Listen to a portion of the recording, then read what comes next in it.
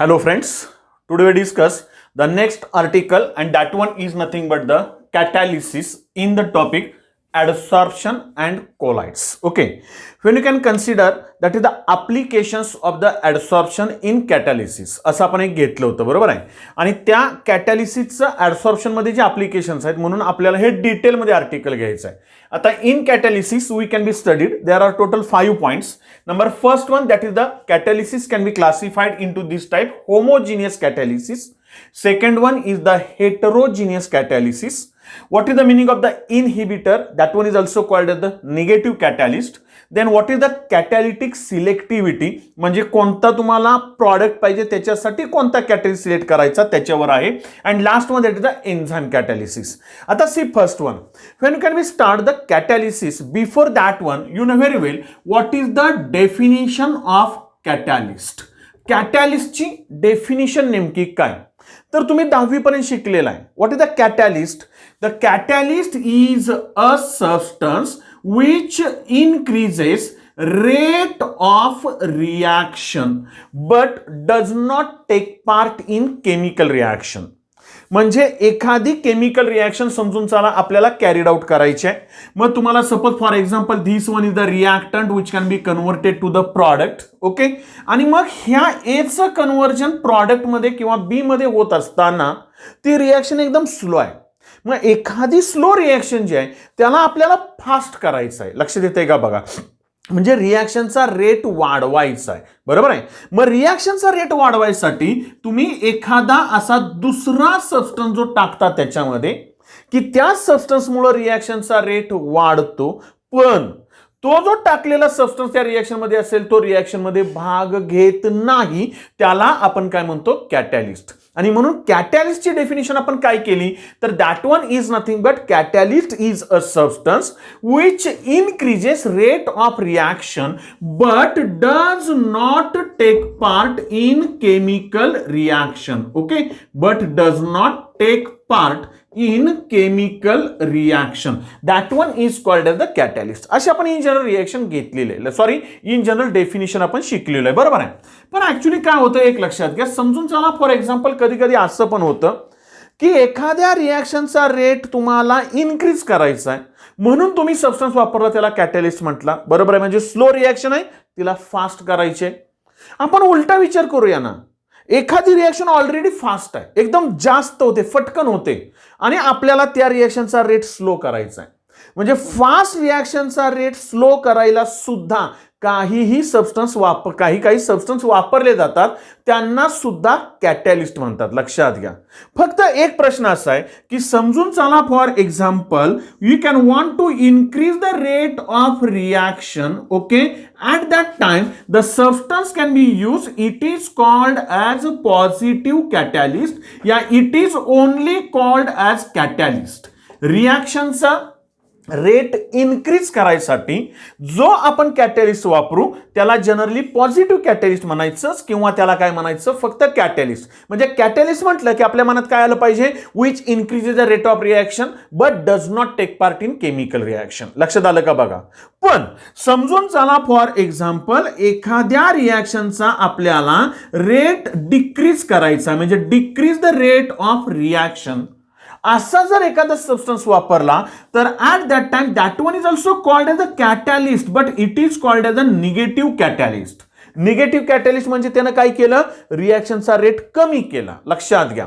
म्हणजे already reaction fast आहे पण त्या रिएक्शनचा रेट जर कमी करायचा आहे तर to decrease the rate of reaction at that time that one is also called as the catalyst but it is the negative catalyst and specifically it is called as inhibitor.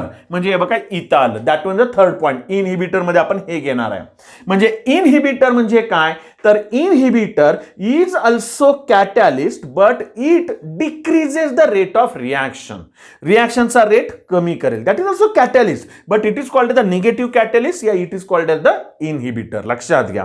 आणि generally आपण in general काय घेतो तर which increases the rate of reaction at that time that one is also called the catalyst या is called the positive catalyst या it is in general called as the catalyst. मग catalyst फक्त म्हटलं की डोळ्यापुढे काय आलं पाहिजे, increases the rate of reaction. लक्षात घ्या. आणि इनहिबिटर म्हटलं की डोळ्यापुढे काय आलं पाहिजे, decreases the rate of reaction that substance can be use in that given chemical reaction. लक्षात येतंय का बघा. म्हणजे this one it is the definition of catalyst. आता साधं एक्झाम्पल घ्या, समजून चला. For example when you can consider that one is nothing but the familiar reaction you know very well if ethylene which can be undergoes hydrogenation.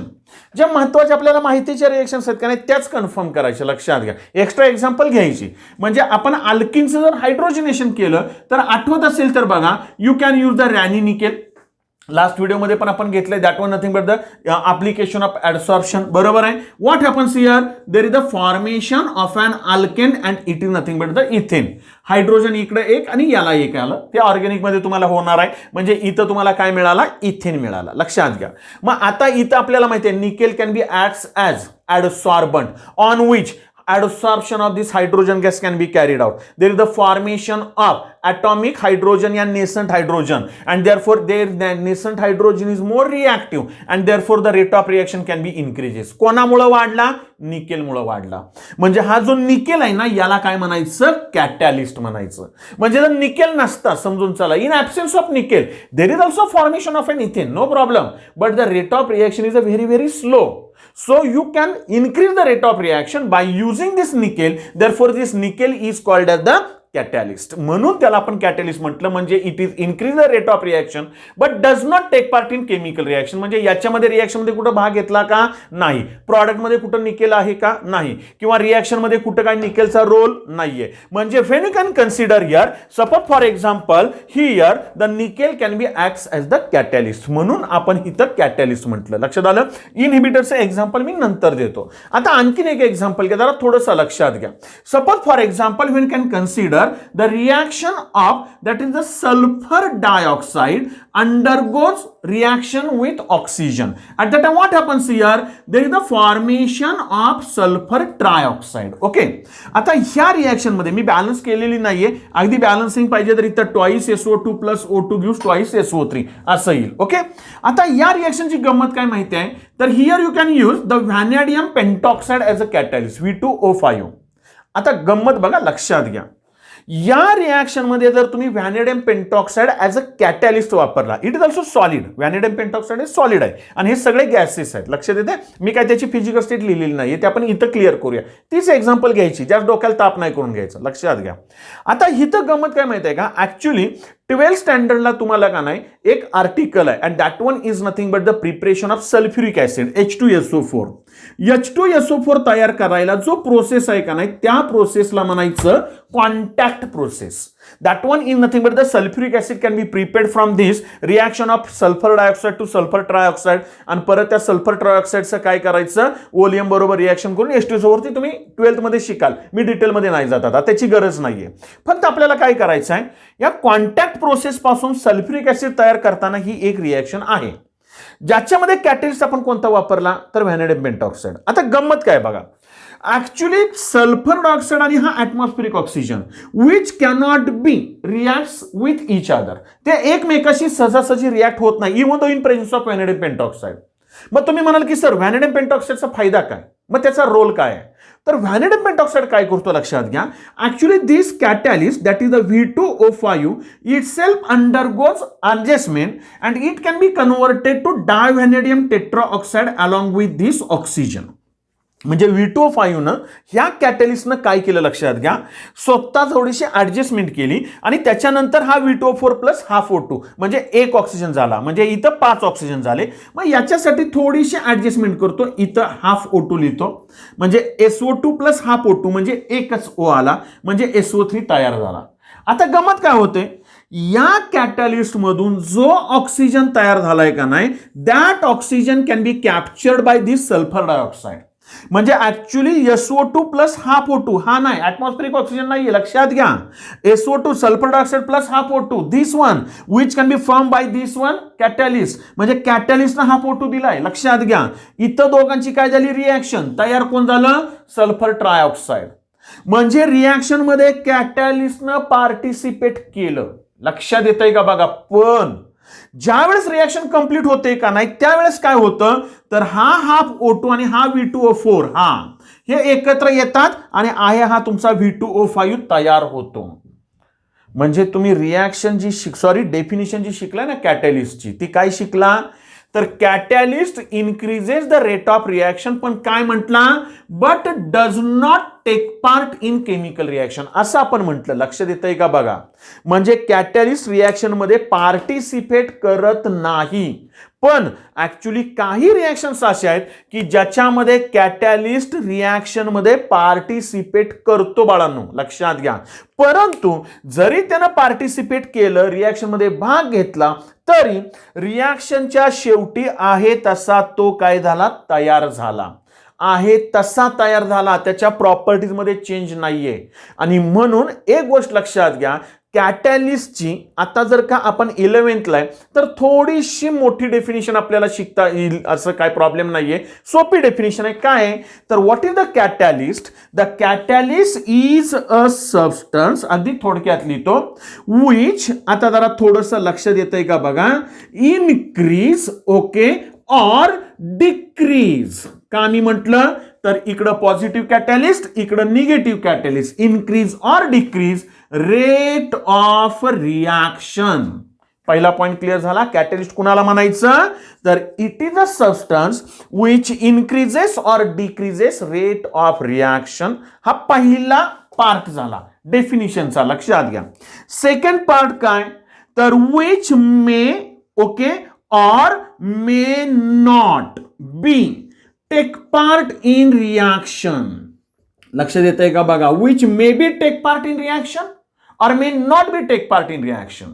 म्हणजे catalyst increases आपण एवढंच म्हटलं catalyst increases rate of reaction and it does not take part in chemical reaction. आता मी जरा थोडंसं डिटेलमध्ये जातोय. Catalyst is a substance which increase or decrease लक्षात घ्या increase or decrease rate of reaction. Second part काय it may be take part in reaction or may not be take part in reaction. लक्षात आलं reaction मध्ये तो participate करेल किंवा करणार नाही. आणि तिसरा पार्ट लक्षात घ्या if it can be take part in reaction जर का त्यानं रिॲक्शन मध्ये जर भाग घेतला if it can be take part in reaction at the end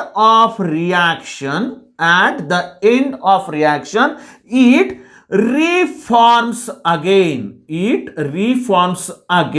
with its original physical and chemical properties. बघा मी काय म्हटलं लक्षात येतंय का बाळांनो. डेफिनिशन दिसताना मोठी दिसते पण काही अवघड नाहीये. अगदी शुद्ध मराठीत आपल्याला बोलायचं म्हटलं तर पहिला पॉइंट काय येईल तर कॅटॅलिस्ट असा सबस्टन्स आहे जो रिॲक्शनचा रेट वाढवेल किंवा कमी करेल इन्क्रीज करेल किंवा डिक्रीज करेल. दुसरा भाग काय तो रिॲक्शन मध्ये भाग घेईल किंवा कदाचित घेणार पण नाही. बघा लक्षात घ्या जनरली घेत नाही पण काही वेळा तो भाग घेऊ शकतो पार्टिसिपेट रिॲक्शन मध्ये करू शकतो ओके. आणि जर त्यानं रिॲक्शन मध्ये भाग घेतलाच समजून चला if it can be take part in chemical reaction तर मग रिॲक्शनच्या शेवटी मात्र तो आहे तसा तयार होतो विथ इट्स त्याच्या ओरिजिनल फिजिकल अँड केमिकल प्रॉपर्टीजशी. म्हणजे एक लक्षात घ्या आता मी क्लिअर कट डेफिनेशन ही आहे ही मोठी डेफिनेशन आहे काही अवघड नाही आपल्याला माहिती पाहिजे. What is the catalyst. Catalyst is a substance which increase or decrease the rate of reaction which may be take part in reaction or may not be take part in reaction. But if it take part in reaction at the end of reaction it reforms again with its original physical and chemical properties. That one is called as the catalyst. म्हणजे सगळीच definition याच्यामध्ये बसली. म्हणजे याच्यामध्ये तुम्ही inhibitor पण सांगताय याच्यामध्ये तुम्ही कॅटॅलिस्ट पण सांगताय दोन्ही पण क्लिअर करताय. लक्षात येत आहे आणि दोघांची एक्झाम्पल बाळांनो लक्षात आली. म्हणजे कॅटॅलिस्ट साठी हे एक्झाम्पल आलं की जिथं रिॲक्शन मध्ये भाग नाही घेतला. हे पण कॅटॅलिस्टच आहे, पण तुमच्या माहितीसाठी हे एक्झाम्पल घेतलं आपण, रिॲक्शन मध्ये भाग घेतला. So this one it is nothing but the definition of catalyst. एक स्क्रीनशॉट काढून ठेवा आणि नंतर मग तुमची तुम्ही डेफिनेशन बाळांनो नोटबुक मध्ये जरा व्यवस्थितरित्या लिहून घ्या. मी जरा रफ लिहिली, परंतु तुम्ही व्यवस्थित लिहून घ्या. ओके, आता आपल्याला हा जो कॅटॅलिस्ट आहे त्या कॅटॅलिस्टचे जे काय आपल्याला ऍप्लिकेशन्स आहेत and there are the different types of the catalysis we can be studied here. See one by one. Okay, so see first one. Suppose for example we can discuss here the number first point and that one is nothing but the homogeneous catalysis. So what is the homogeneous catalysis? See first one. काही अवघड नाहीये, शब्दातच definition आहे homogeneous. आपल्याला माहिती आहे ना, ज्याची physical state same असते, फेज सेम आहे, त्याला आपण काय म्हणतो? होमोजिनियस. आठवत असेल तर बघा, homogeneous chemical reaction, heterogeneous chemical reaction, म्हणजे रिॲक्टंट आणि प्रॉडक्ट या सगळ्यांची जर का फिजिकल स्टेट सेम आहे तर त्याला तुम्ही होमोजिनियस केमिकल रिॲक्शन म्हणता. आणि फिजिकल स्टेट कोणाची तरी डिफरंट असेल तर त्याला तुम्ही काय म्हणता? हेटेरोजिनियस रिॲक्शन. तसं फक्त फरक इथं कुठं आहे? दोन्ही एकदम सिंपल आहे. See first one, homogeneous catalysis. That one is nothing but when the reactants can be converted to the products, at that time the physical state of reactant and the product as well as the catalyst is a same. म्हणजे reactant, product आणि catalyst यांची physical state same असेल का नाही, तर at that time that one is called as the homogeneous catalysis. लक्षात आलं का बघा. ओके, आणि second one heterogeneous catalysis. Example देतो, लक्षात घ्या. दोन्ही आपण म्हणजे कंपॅरेटिव्हली घेऊया म्हणजे लक्षात येईल. What is the hetero? Hetero means different.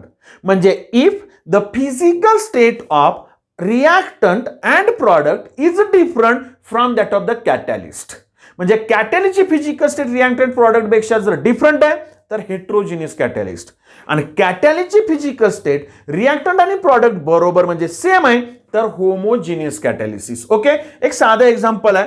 When you can consider here, there is the formation of sulfuric acid by contact process. असं मगाशी आपण लिहिलं होतं. त्याच्यासाठी रिॲक्शन आपण कोणती लिहिली तर आठवतंय का बघा? मगाशीच आपण लिहिली. काय लिहिली? तर twice SO2 plus O2 gives twice SO3. And for this one, you can use the catalyst. It is nothing but the vanadium pentoxide. Reaction झाली. आता ह्या रिॲक्शनची गंमत बघा. सल्फर डायऑक्साइड आहे का नाही, त्याची फिजिकल स्टेट गॅसियस आहे. मगाशी मी मुद्दा म्हणून लिहिली नव्हती, आता मी क्लिअर करतो. ऑक्सिजन कसं आहे? गॅसियस आहे. सल्फर ट्रायऑक्साइड पण कसा आहे? गॅसियस आहे. पण हा जो कॅटॅलिस्ट आहे का नाही, हा कसा आहे? तर सॉलिड इन फिजिकल स्टेट आहे. म्हणजे काय झालं तर physical state of catalyst is different from that reactant and product and therefore it is an example of heterogeneous catalysis. हेट्रोचं मी एक्झाम्पल दिलं, लक्षात येतंय का बाळांनो? बघा, म्हणजे इथं जे आपण लिहिलं ना हे हेट्रोजिनियस कॅटॅलिसिस झालं. रिॲक्टंटची आणि प्रॉडक्टची सेम आहे, पण इकडं कॅटॅलिस्टची फिजिकल स्टेट काय? डिफरंट आहे. याला म्हणायचं हेटेरोजिनियस कॅटॅलिसिस. आलं डोक्यात? म्हणजे कॅटॅलिस्टची फिजिकल स्टेट डिफरंट आली. Okay, than that of the physical state of reactant and product. आता हे मी काय एक्झाम्पल घेतलं तर सेम एक्झाम्पल आहे. पुढल्या वर्षी तुम्हाला 12th स्टँडर्ड मध्ये ग्रुप नंबर 16, 17, 18 इलेमेंट्स नावाचं एक टॉपिक आहे, ज्याच्यामध्ये तुम्हाला preparation and manufacture of sulphuric acid हे आर्टिकल डिटेलमध्ये आहे. याच्यामध्ये जर तुम्ही ह्या रिॲक्शन मध्ये व्हॅनिडियम पेंटॉक्साइड वापरला ना तर तो कॉन्टॅक्ट प्रोसेस आहे, लक्षात घ्या. आणि याच्याच ऐवजी in the manufacture of sulphuric acid by lead chamber process असं एक आहे, लक्षात येतंय का बघा? लेड चेंबर प्रोसेस नावाचा एक प्रोसेस आहे. ओके, त्याच्यामध्ये पण हीच रिॲक्शन आहे. रिॲक्शन सेम आहे, पण फरक काय आहे बघा. When you can consider the sulfur dioxide treated with oxygen, at that time there is the formation of sulfur trioxide. But this one it is the gaseous in state. Oxygen is also gaseous in state. Sulfur trioxide is also gaseous in state. For this reaction same आहे, फक्त catalyst मी change करतोय. जर catalyst change केला it is nothing but the nitric oxide which is also gases in state. लक्षात आलं का बघा? लक्षात घ्या. म्हणून मी म्हटलं कंपॅरेटिव्हली घ्यायचं, जास्त अभ्यास नाही करायचा, जो करायचा तो व्यवस्थित करायचा. लक्षात घ्या, एकदा केला ना परफेक्ट डोक्यात बसला पाहिजे. म्हणजे लेड चेंबर प्रोसेसमध्ये पण सल्फर डायऑक्साईडचं कन्व्हर्जन आपण काय करतोय, सल्फर ट्रायऑक्साइडला. पण इथं कॅटलिस्ट कोण आहे, nitric oxide NO, which is also gases in state. That one is nothing but the physical state of this catalyst as well as the reactant and product is the same. It is called as homogeneous catalysis. म्हणजे homogeneous कॅटॅलिसिस आणि बाळांनो heterogeneous कॅटॅलिसिस याच्यामध्ये एकदम सोपं आहे की जर कॅटॅलिसची physical state reactant product सारखीच असेल तर इट इज द होमोजिनियस, आणि कॅटॅलिसची फिजिकल स्टेट जर रिएक्टंट आणि प्रॉडक्टच्या फिजिकल स्टेटपेक्षा डिफरंट असेल तर इट इज द हेटेरोजिनियस कॅटॅलिसिस. आणखीन एक एक्झाम्पल घेऊया, समजून चला. फॉर एक्झाम्पल, अगदी सिंपल एक्झाम्पल घेतो. When you can consider this one, it is a C12H22O11. आता तुम्ही म्हणाल की हे काय आहे नेमकं, आपल्याला माहिती पाहिजे. It is nothing but the cane sugar, या it is also called as the sucrose. आपण जी साखर खातो का नाही तिचा फॉर्म्युला हा आहे, लक्षात घ्या. आपल्याला लक्षात हे माहिती पाहिजे. सुक्रोजचा फॉर्म्युला काय, C12H22O11. आता याचं जर तुम्ही हायड्रॉलिसिस केलं, आपल्याला माहिती आहे साखर गोड लागते आपल्याला, बरोबर आहे. म्हणजे आपण साखर खाली किंवा पाण्यामध्ये टाकली तर साखर आपल्याला गोड लागते, लक्षात घ्या. आता याचं जर हायड्रॉलिसिस केलं तर काय होतं, तर at that time there is a formation of C6H12O6 plus C6H12O6. आता जास्त डिटेलमध्ये मी जात नाही, ही रिएक्शन परत पुढल्या वर्षी तुम्हाला बायोमोलिक्युल्स मध्ये आहे, लक्षात घ्या. आपल्याला माहिती असेल ना तर सोपं जातं. आता दोघांचं जरी फॉर्म्युला सेम असेल ना तर एकाचं नाव आहे ग्लुकोज आणि एकाचं नाव आहे फ्रुक्टोज. ओके, आता हे दोघांचा फॉर्म्युला सेम आहे पण त्यांची जरा अरेंजमेंट ऑफ काय म्हणतो आपण फंक्शन ग्रुप वगैरे ते डिफरंट आहे, ते तुम्ही नेक्स्ट इयरला शिकाल. याच्यामध्ये तुम्ही काय वापरता तर ऍसिड वापरता, लक्षात घ्या. That one is nothing but the H2SO4, या you can use here H+. H2SO4 लिहिलं तरी चालेल, काय प्रॉब्लेम नाही. आता इथं जर समजून चाला, तुम्ही काय घेताय तर साखरेचं ॲक्वियस सोल्युशन, पाणी टाकलं ॲक्वियस सोल्युशन. हे वॉटर तर काय लिक्विड आहे, ॲक्वियस आहे, लिक्विड आहे. हे दोघांची तशीच कंडिशन आहे. आणि हिथं जो आहे H2SO4 हे पण काय ॲक्वियस आहे. म्हणजे रिॲक्टंट आणि तुमच्या जर का ह्याची आपण कॅटॅलिसची जर फिजिकल स्टेट सेम असेल तर मग मात्र या रिॲक्शनला या कॅटॅलिसिसला काय म्हणायचं, होमोजिनियस कॅटॅलिसिस. आता बाळांनो लक्षात येत आहे. म्हणजे होमोजिनियस कॅटॅलिसिससाठी एक छोटंसं एक्झाम्पल आपल्याला, अगदी हे सोपं आहे, तुम्हाला जे आवडेल ते घ्या, माझं काय तसं हे म्हणणं नाहीये, अगदी तुमच्या माहितीसाठी सांगितलं, लक्षात घ्या. आणखीन एक एक्झाम्पल होमोजिनियस साठी देतो, तुम्हाला पुढल्या वर्षी लागणार आहे. ओके, समजून चला. For example, when you can consider this compound that is the CH3COCH3, याला इस्टर म्हणायचं. अगदी हे लिहिताना पण असं लिहितो पाहिजे तर सोपं जाईल तुम्हाला. ऑर्गॅनिक केमिस्ट्रीमध्ये इस्टर हा फंक्शनल ग्रुप झालेला आहे, आठवतंय का बघा पाहिजे तर. हे बघा हे असं आहे. आता याचं नाव जे आहे ते मी डायरेक्ट लिहितो, याला आपण मिथाइल ऍसिटेट म्हणतो. ओके, मिथाइल ऍसिटेट हे इस्टर आहे. याचं जर आपण हायड्रॉलिसिस केलं, वॉटर बरोबर रिॲक्शन केली, लक्षात येते, तर याचं काय होतं तर याच्यातला H इथं येतो, म्हणजे अल्कोहोल, आणि OH इथं जातो. म्हणजे इथं काय तयार झालं, CH3COOH. ओके, आणि प्लस काय तयार झालं, अल्कोहोल तयार झालं, लक्षात आलं.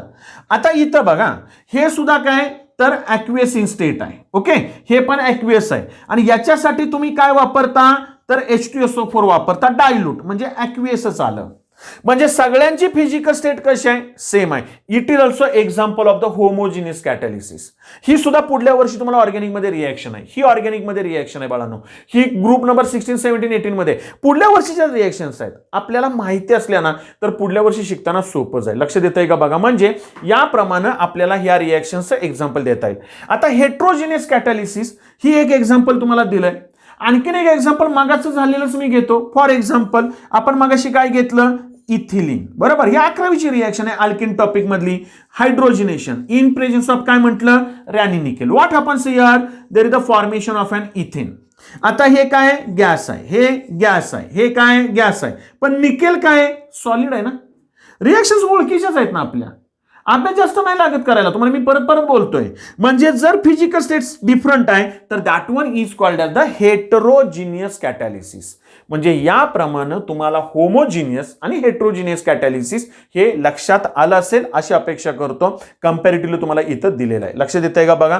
या रिॲक्शन्स वहीमध्ये एकदा लिहून काढा, म्हणजे तुमच्या हाताखालनं गेल्या ना जरा थोडंसं प्रॅक्टिस करा, म्हणजे सोपं जाईल. Okay, so this one it is the homogeneous catalysis and heterogeneous catalysis. Okay, आता number next one. It is also very simple and that one is nothing but inhibitor.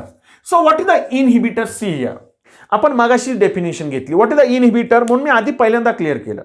Inhibitor म्हणजे कॅटॅलिस्ट, पण तो negative catalyst, म्हणजे तो काय करणार, जी reaction fast आहे त्याला स्लो करणार, म्हणजे which decreases the rate of reaction. बरोबर आहे. रिॲक्शनचा रेट जो कमी करतो त्याला काय म्हणायचं, इनहिबिटर म्हणायचं. बरोबर आहे, म्हणजे त्याला निगेटिव्ह कॅटॅलिस्ट म्हणायचं. आता याच्यासाठी सगळ्यात चांगलं एक्झाम्पल कोणतं, तर when you can consider here suppose for example that one is nothing but the chloroform CHCl3. लक्षात येतंय का बघा. तुम्हाला माहिती आहे क्लोरोफॉर्म हे आपण अॅनास्थेशियासाठी वापरतो, भूल देण्यासाठी. आठवतंय, आता भूल देण्यासाठी आणखी नवीन नवीन औषधं आलेली आहेत, पण तुमच्या माहितीसाठी याला आपण क्लोरोफॉर्म हे भूल देण्यासाठी वापरलं जातं. म्हणजे क्लोरोफॉर्मचा जर का तुम्ही जास्त वास घेतला ना, इनहेल असं झालं त्याच्या वेपर्स, तर कदाचित आपल्याला थोडीशी काय म्हणतो असं मूर्छा आल्यागत, असं म्हणजे चक्कर आल्यासारखं वाटतं आपल्याला. लक्षात येत आहे, म्हणजे हे क्लोरोफॉर्म आहे CHCl3. या क्लोरोफॉर्मचं समजून चाला, जर का ऑक्सिजन बरोबर रिॲक्शन झाली, म्हणजे when the oxidation of chloroform can be carried out, at that time what happens here, at that time there is the formation of a compound. ते compound जरा थोडंसं लक्षात घ्या. there is the formation of compound having the formula COCl2 plus along with that one water is formed, along with that one chlorine gas is formed. हा COCl2 लिहिताना मी असा लिहिलाय, COCl2, ओ capital आहे. लक्षात घ्या. जर का मी असा लिहिला असता COCl2, तुमच्या लक्षात यावं म्हणून लिहितोय, ओ स्मॉल लिहिला असता तर हा कोबाल्ट झाला असता. ह्याला कोबाल्ट क्लोराइड म्हणायचं. लक्षात घ्या. आणि हा COCl2 आहे ना, तर याला काय म्हणायचं, याचं स्ट्रक्चर पण काढून देतो तुम्हाला. हे बघा, C डबल बॉन्ड O, इकडं एक Cl आणि इकडं एक Cl. याला म्हणतो आपण कार्बोनिल ग्रुप, आणि 2 क्लोरीन आहेत म्हणून याला म्हणायचं कार्बोनिल क्लोराइड. काय म्हणायचं याला, carbonyl chloride. And that carbonyl chloride is also called as phosgene. हे नाव लक्षात घ्या बाळांनो. It is also called as phosgene. Carbonyl chloride COCl2 is called as the phosgene and it is the poisonous gas. लक्षात आलं. Reaction जर का तुम्हाला balance पाहिजे असेल तर अगदी इथं 4 टाइम्स हे घ्या, इथं 3 टाइम्स घ्या. ओके, COCl2 किती आहे, तर इथं 4 टाइम्स आहे, इथं ट्वाइस H2O, इथं प्लस ट्वाइस Cl2. मी वेळ नाही घालवत. आता मला सांगा, समजून चला फॉर एक्झाम्पल, म्हणजे इथं जरा थोडंसं क्लिअर होतंय का बघा. क्लोरोफॉर्म आहे, जर ऑक्सिजनच्या कॉन्टॅक्टमध्ये आलं तर मात्र तिथं पॉइझनस गॅस फॉस्जीन तयार होतोय. ओके, आणि plus along with that one water plus chlorine. आता मला समजून चाला, ही रिॲक्शन तशी फास्ट आहे, म्हणजे फॉस्जीन जर का पॉइझनस गॅस तयार झाला तर ते डेंजरस आहे ना. मग असं झालं की क्लोरोफॉर्म आहे, ऑक्सिजनच्या कॉन्टॅक्टमध्ये येतंय, पण फॉस्जीन तयार होण्याचा जो रेट आहे तो आपण कमी करू शकतो का, तर शकतो. कमी कसा करता येतो, तर या रिॲक्शन मध्ये काय करायचं बघा, लक्षात घ्या. क्लोरोफॉर्म प्लस ऑक्सिजन आहे, याच्यामध्ये तुम्ही अल्कोहोल टाका, इथाइल अल्कोहोल. लक्षात आलं का बघा, C2H5OH. हे जर का तुम्ही टाकलं का नाही, तर because of that ethyl alcohol which can B having the percentage at about the 2%, म्हणजे 2% इथाइल अल्कोहोल टाकलं तर मग मात्र फॉस्जीन जो तयार होतो त्याचा रेट कमी होतो. म्हणजे याचा रेट कमी केला कुणी केला, या इथाइल अल्कोहोलनं. म्हणून या इथाइल अल्कोहोलला काय म्हणायचं, inhibitor. What is the inhibitor, it is a catalyst which decreases the rate of reaction. रिॲक्शनचा रेट काय केला, कमी केला. लक्षात आलं का, म्हणून त्याला इनहिबिटर म्हटलं बाळांनो. आणखीन एक एक्झाम्पल लक्षात घ्या, समजून चला. फॉर एक्झाम्पल, आपण हायड्रोजन परऑक्साईड घेतलं, H2O2. हे जरा अनस्टेबल आहे.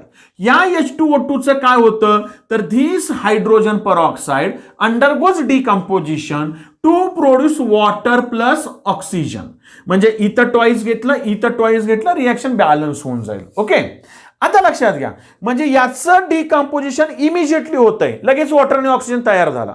मग आपल्याला हायड्रोजन पेरॉक्साईडचं डिकम्पोजिशन जर थांबवायचं आहे तर याच्यामध्ये एक तर तुम्ही डायल्यूट ऍसिड टाका, डायल्यूट एसेल डायल्यूट एस्टर तसं, किंवा याच्या ऐवजी कदाचित तुम्ही याच्यामध्ये ग्लिसेरॉल टाका.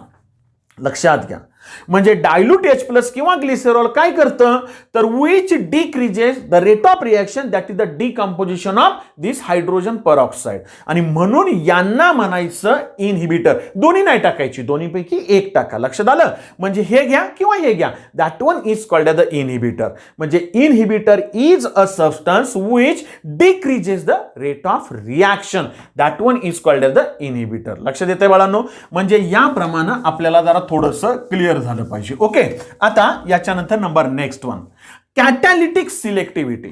आता कॅटॅलिटिक सिलेक्टिव्हिटी मध्ये काही अवघड नाही, तुम्हाला मी खरं सांगतो. समजून चला. फॉर एक्झाम्पल, याच्यामध्ये एक एक्झाम्पल आपल्याला दिलेलं आहे की आपण इथिलीन गॅस घेतला, म्हणजे CH2 डबल बॉन्ड CH2 असं घेतलं, तसं लिहूया आपण. C2H4 लिहिण्यापेक्षा तुमच्या माहितीसाठी लिहितो. समजून चला, इथिलीन घेतलं, CH2 डबल बॉन्ड CH2, ठीक आहे.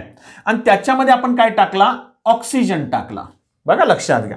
तर या दोघांच्या कॉम्बिनेशन मधून कोण तयार होतो तर there is the formation of acetaldehyde. आता बघा, 2 कार्बन, इथं 2 कार्बन, 4 हायड्रोजन, 4 हायड्रोजन, 2 ऑक्सिजन आहेत ना, इथं 1 आहे. मग आपण आता समजून झाला असं घेतलं, हाफ O2 घेतला तर CH3CHO झाला, बरोबर आहे. आणि तुम्हाला जर हाफ नको असेल तर असं जर पाहिजे असेल तर इथं ट्वाईस होईल, इथं ट्वाईस होईल. म्हणजे बरोबर, एका ह्याला एक, दुसऱ्या ह्याला दुसरा गेला, रिएक्शन बॅलन्स होईल आपली. आता डोक्यात आलं. आता गंमत बघा, समजून चला, हेच इथिलीन घेतलं, बघा लक्षात घ्या, ऑक्सिजन बरोबरच रिएक्शन केली, ऑक्सिजन बरोबरच रिएक्शन केली. मग मात्र काय तयार होतंय तर there is the formation of ethylene oxide. याला काय म्हणायचं, इथिलीन ऑक्साईड. ओके, आणि याला काय म्हणायचं, ऍसेटाल्डिहाइड. हे तुम्हाला ऑर्गॅनिक मध्ये फंक्शन ग्रुप मध्ये झालेलं आहे, अल्डेहाइडिक फंक्शन ग्रुप मध्ये, बरोबर आहे. आता गंमत बघा, लक्षात येतंय का बघा. आता हे इथिलीन ऑक्साईडचा फॉर्म्युला पण सांगतोय बघा. हा कार्बन, हा कार्बन, ओके. या कार्बनला इकडं आपण समजून चला असे 2 हायड्रोजन जोडले, या कार्बनला असे 2 हायड्रोजन जोडले, CH2. आता इथं डबल बॉन्ड होता, त्याच्यामध्ये ऑक्सिजन येतो, हा असा. कार्बनला 4 बॉन्ड झाले, याला म्हणायचं इथिलीन ऑक्साईड. आता गंमत कशी आहे, जर का आता ही रिएक्शन आपल्याला बॅलन्स करायची तर आपण बघूया, 2 आहेत इथं, इथं 2 आहेत, हे 4 आहेत, हे 4 आहेत, इथं 1 आहे, म्हणजे मगाच्या सारखंच आहे, इथं ट्वाईस आहे, इथं ट्वाईस आहे. रिएक्शन काय होईल, बॅलन्स होईल आपली. ओके, मग आता जरा थोडंसं बघा, लक्षात घ्या. मग समजून चला, फॉर एक्झाम्पल आपण इथिलीन प्लस ऑक्सिजन घेतलं, ऍसेटाल्डिहाइड मिळतंय.